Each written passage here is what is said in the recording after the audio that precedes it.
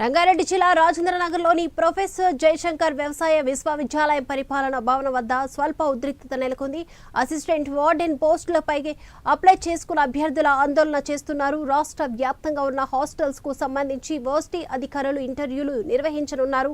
అయితే ఎలాంటి ముందస్తు సమాచారం ఇవ్వకుండా ఇంటర్వ్యూ వాయిదా వేశారని ఆరోపిస్తూ అభ్యర్థులు ఆందోళనకు దిగారు.